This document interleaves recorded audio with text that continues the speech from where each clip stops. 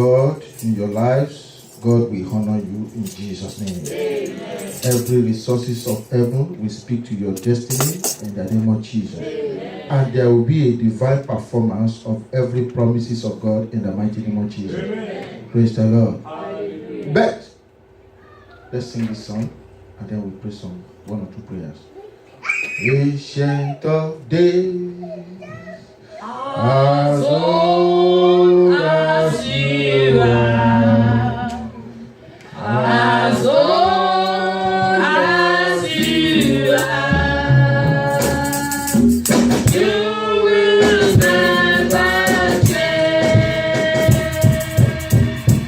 Ancient of days, as old as you are, as old as you are, you will never change. Ancient of days, as old as you are, as old as you are, you will never change. Ancient of days, as old as you are, as old as you are, you will never change.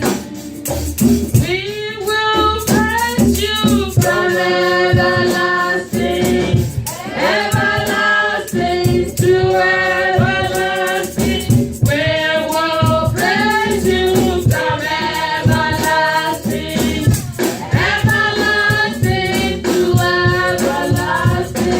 We will praise you from everlasting, everlasting to everlasting. We will praise you from everlasting, everlasting to everlasting. Amen. Brethren, let's begin to thank the Lord one more time for sending His word of healing. He is the word. He sent His word of healing. He is the word. He sent His word of deliverance. He is the word. He sent His word of encouragement. Jesus Christ is the word. Yes, to save us. Let's thank Him. Let's thank Him. Let's thank Him for being the word. Yes, in the name of Jesus. Thank you, Lord. In Jesus' wonderful name, we have prayed. Amen. Praise the Lord. Our God is the same yesterday, is the same today, is the very same forever. His position has never changed. He maintains His stand concerning what? Holiness and righteousness. So He says we should be perfect because He, God, is what? Is perfect. He said we should be holy because He, God, is what? Is holy. Amen? Amen. So we are going to pray this prayer. Father, please let your blessing manifest in my life. The blessing that you have ordained for me today, Lord, let it manifest. Please don't let it go to another person. Please don't let it go to another person. The blessing, every day, our God releases His blessing every day. Every day. In Jesus' mighty name, we are praying. Amen. Maybe you don't understand that prayer. When God releases His blessings every day, He opens His blessing to us. We are not seeing it. Why? Probably we are not stable. The blessing goes to another person. God cannot force His children or anybody to say, look, unless you take this blessing, unless you take this blessing. Amen? Amen. It's like you want to crown somebody now, and the head of that person is stable. I hope you understand what I'm saying. So, how will God let these angels put the crown on the person? It's to amount to forcing the person. But God will not force. So that is the reason why I said we should pray that prayer. Father, please, I humble myself, oh Lord. let your blessing, O Lord, that you have ordained for me, Father, crown me with it, O Lord, in the name of Jesus. Father, in the mighty name of Jesus, please don't let it go to another person. Please don't let it go to another person. Please, Lord, the blessing that you have ordained for me, Lord, I humble myself before you. Let it materialize. Let it manifest. Let there be a divine performance, O Lord, of your promises, O Lord. Your pleasant surprise. Yes, O Lord. I submit myself to you.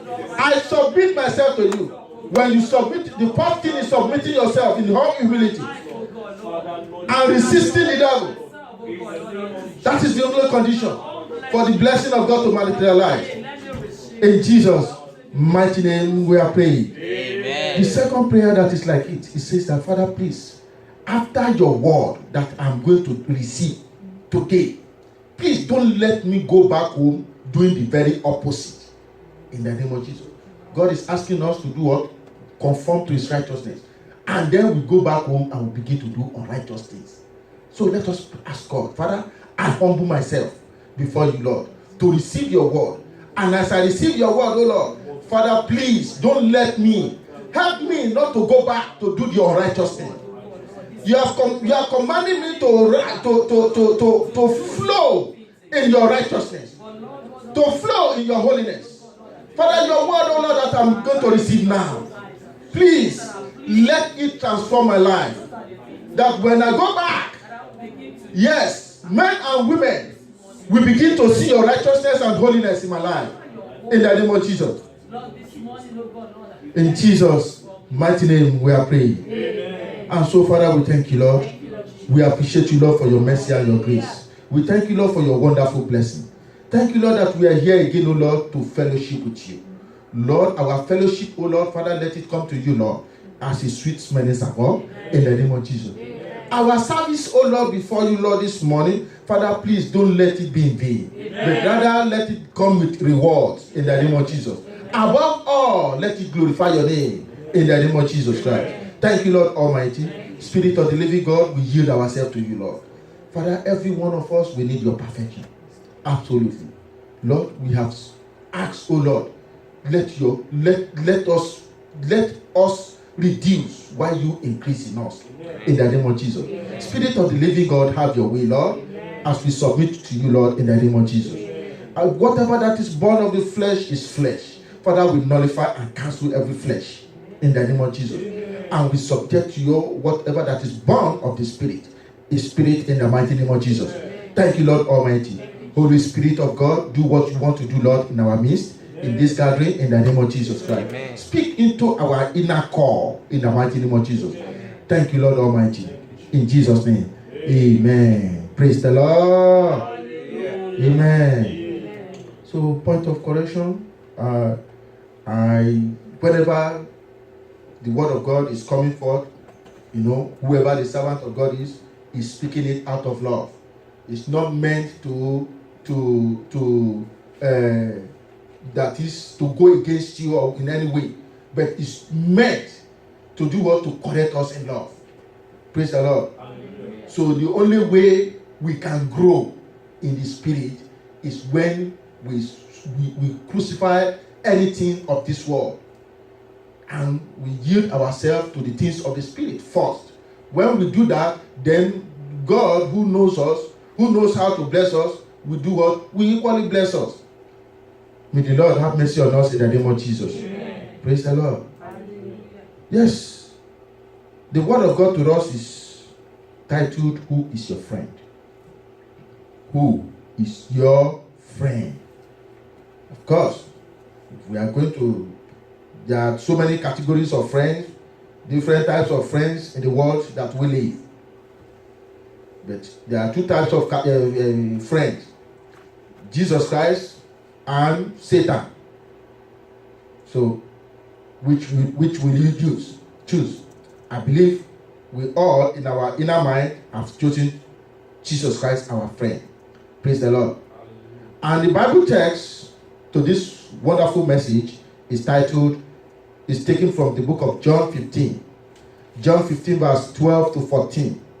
It says, "This is my commandment, Love each other in the same way I have loved you.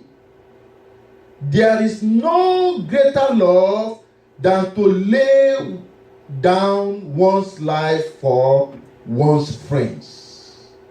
You are my friends if you do what I command. What is the command? Love each other in the same way Christ has loved us. I pray the grace of God will manifest in our life, that we will love God first and love and obey, be in obedience in loving our fellow human beings as we have loved ourselves. In the name of Jesus. Amen. Praise the Lord. Amen. So, not much more time, we have several definitions of friend, or who is a friend, basically. Some definitions is like a person who one knows and with whom one has a bond of mutual affection that is exclusive of sexual or family interaction. Let me take that again. A friend is a person whom you know and with whom you have a bond of mutual affection together, in the spirit and in the physical. The book of 1 Samuel chapter 18, verse 1. And it came to pass, when he had made an end of speaking unto Saul, that the soul of Jonathan was knit with the soul of David, and Jonathan loved him as his own soul. This is a biblical definition of who a friend is. It's called out of this very all-important Bible passage from the book of 1 Samuel chapter 18. If you go back in the timeline of the scripture, that is, you back up one chapter, you will understand what brought about this. Thank God for that word that says that something must happen for something to happen. After the defeat of Goliath by David, David became it became not only a blessing to the land, but because it became a blessing to the land, there was something special that happened.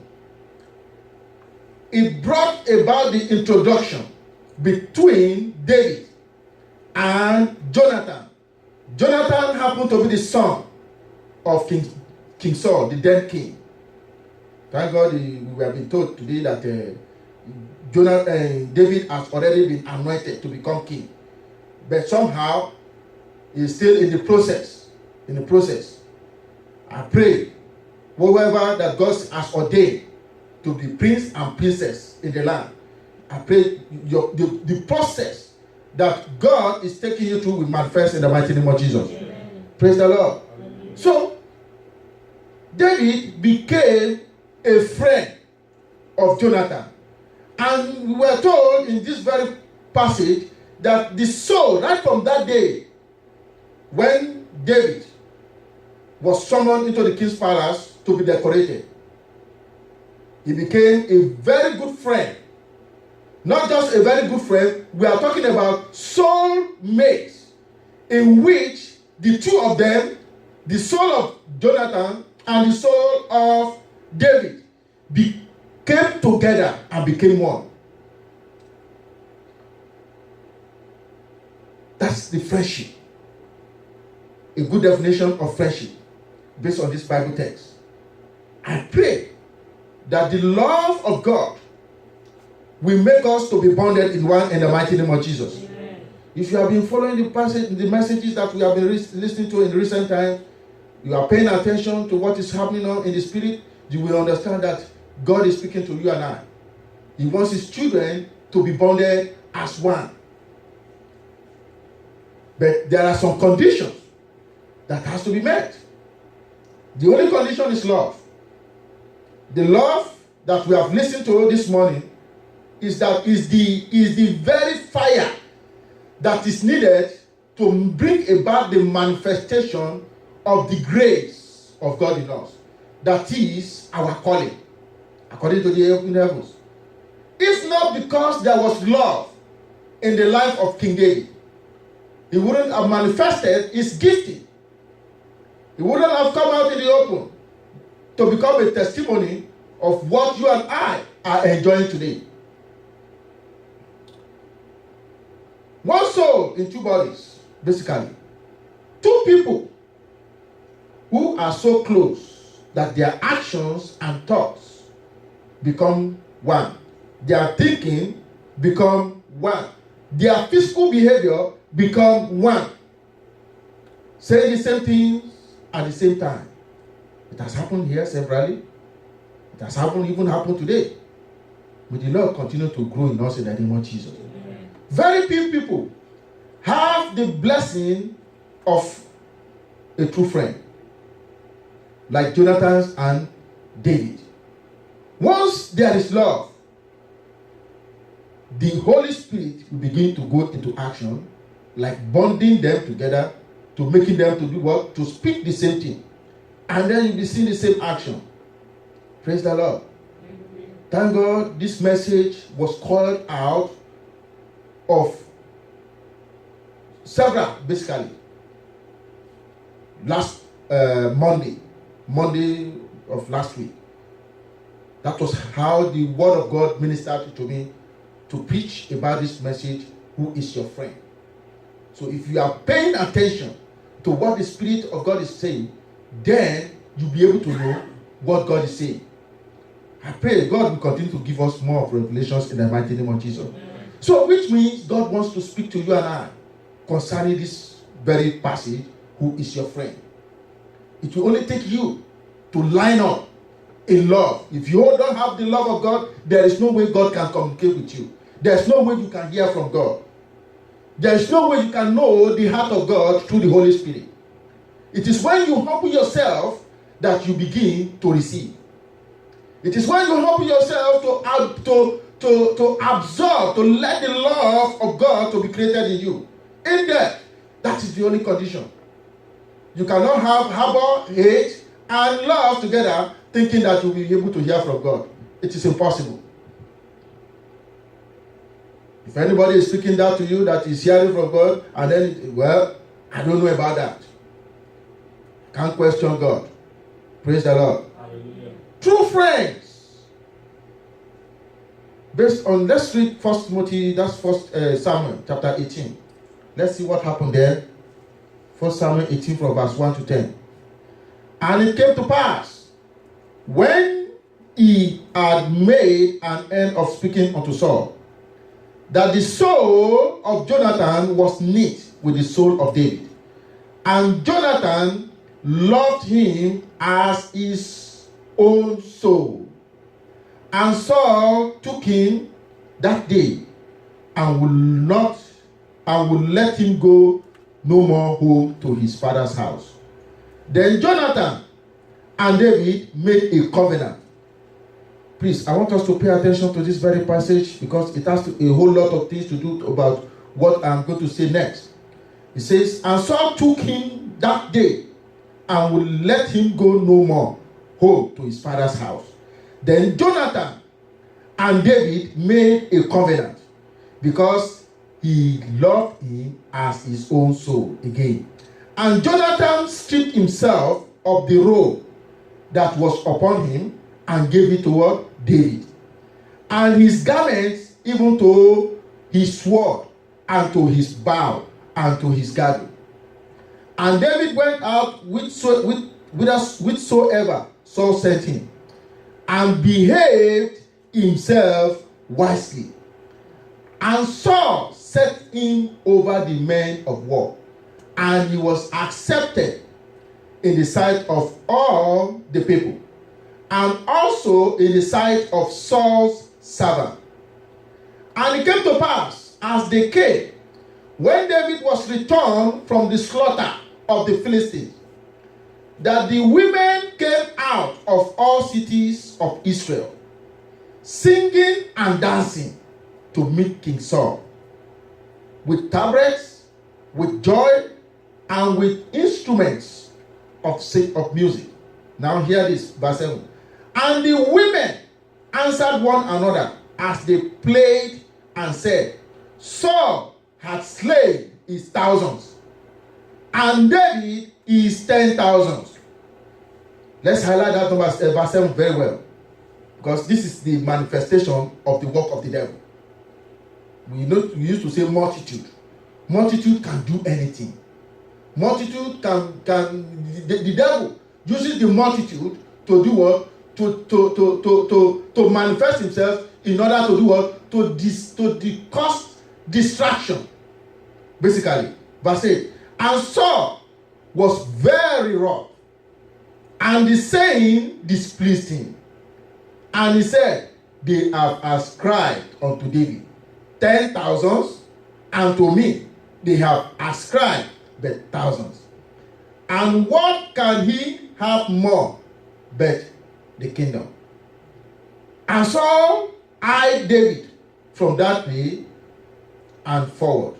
Verse 10.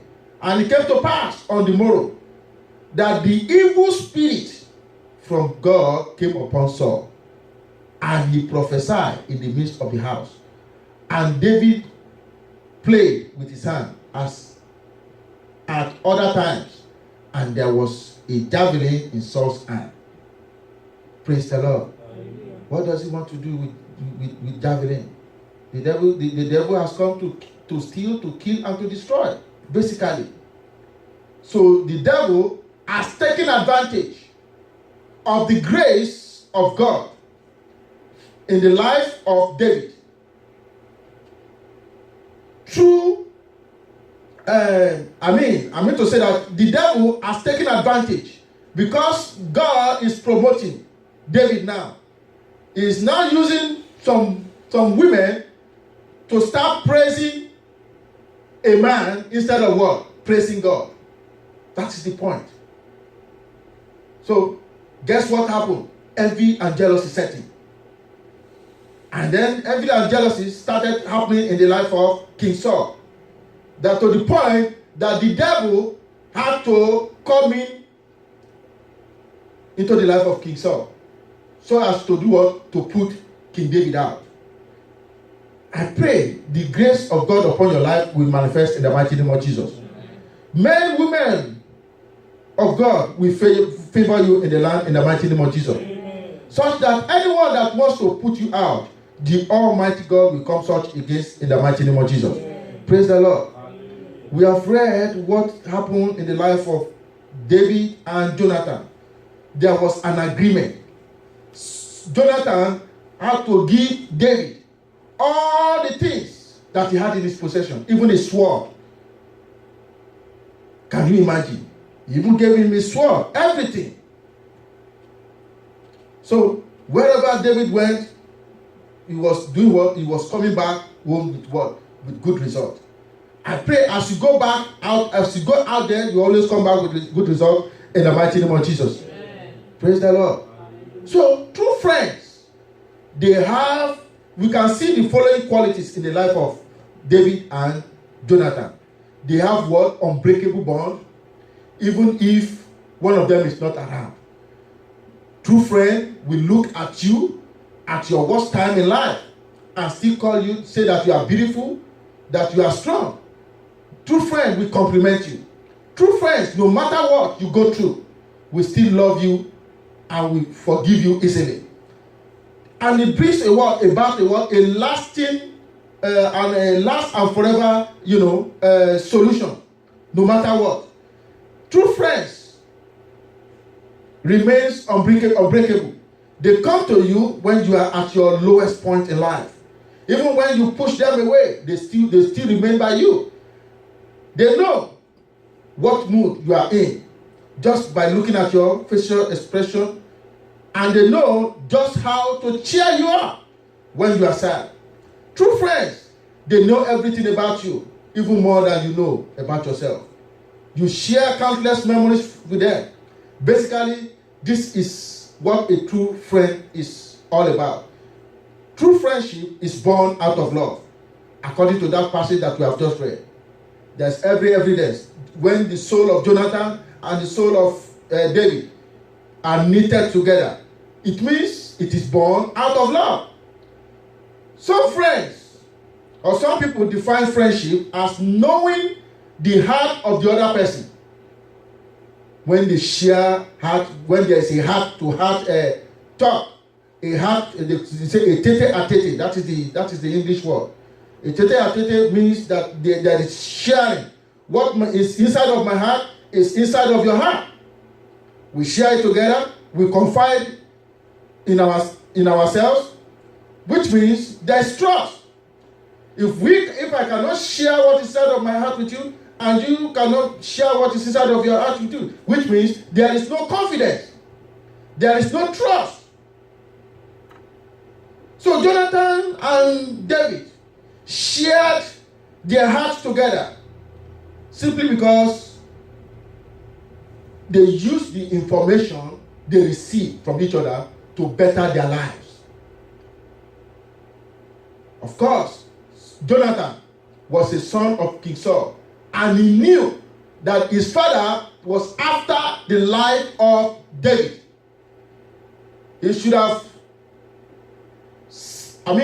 kept the secret to himself and even caused much damage to the life of David to actualize the killing of King David. But rather, he didn't defend his own father, but guess what? He kept defending his own friend David, because he knew his father was harboring hate and not love.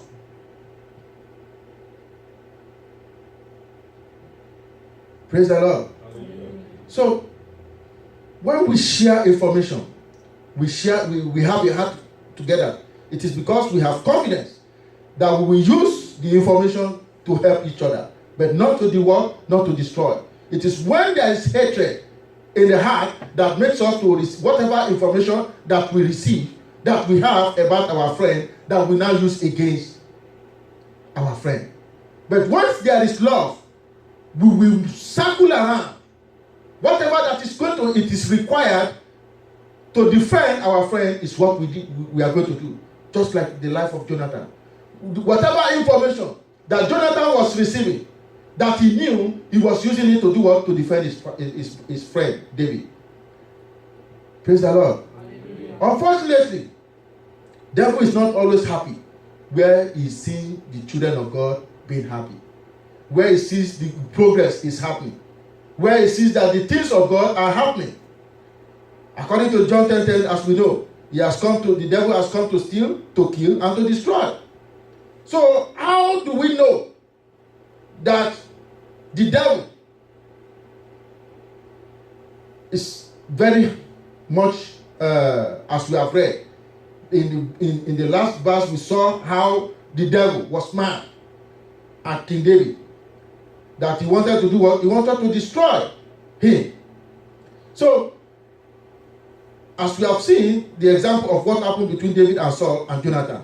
So, Jesus is the only true friend that we can depend on, just as we have it in the life of David and Jonathan, because Jesus offers the best kind of love.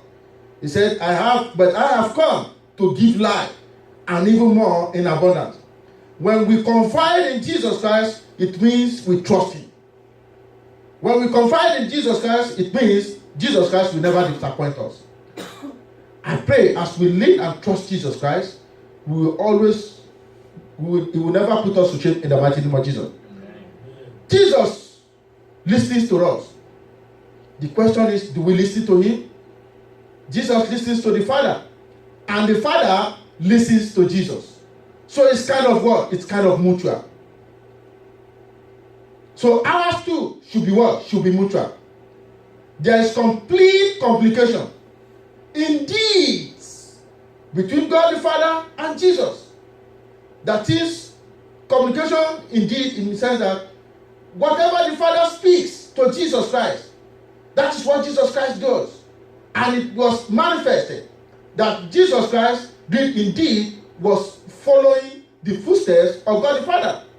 The same way God too, he has listened to Jesus Christ. Amen? So what about us? On our own side, it is always one-sided. The communication is not complete indeed. Ours to Jesus is so sad. Jesus has given us every information to pass to others. What the Father wants us to do. He wants us to live in complete obedience of whatever is required of us. I pray the Almighty God will give us a complete obedience in the name of Jesus. Amen. Brethren, you have to know who your friend is. You have to know who your friend is, basically. How do you know who your friend is? Look at what Jesus Christ was asking Peter in Matthew 16, verse 13 to 15. Matthew 16, from verse 13 to 15. Then he asked them, but who do you say I am? Simon Peter answered. Of course, we always know who Peter is. He will be the first one to jump the gun. Hear what he says. You are the Messiah, the Son of the living God. Jesus replied, you are blessed, Simon, son of John, because my Father in heaven has revealed this to you. You did not learn this from any human being. You see, it will only take love inside of a person for you to know who that person is. It will only take hate before you begin to know who that person is. So because there was the love of God the Father inside of Jesus Christ, made Peter to recognize that truly you are the Son of the Most High God. But if it is the son of the devil, of course, it will be pronounced. So the question is, what can be said about you? Our behavior out there. Are we reflecting the love of God, or we are reflecting the other way around? I pray our heart will reflect the love of God in the mighty name of Jesus. Amen. So this was how Peter was able to identify that love is inside of Jesus Christ. He was able to identify that truly God is inside of who? Of Jesus Christ. Jesus Christ even said before that, look, if you have seen me, you have seen what? Seen God the Father. Praise the Lord. I pray Jesus Christ will be seen in us in the name of Jesus. If Jesus Christ is seen in us, it means the Father too will be seen in us in the mighty name of Jesus. It means the Holy Spirit will be seen in us in the mighty name of Jesus.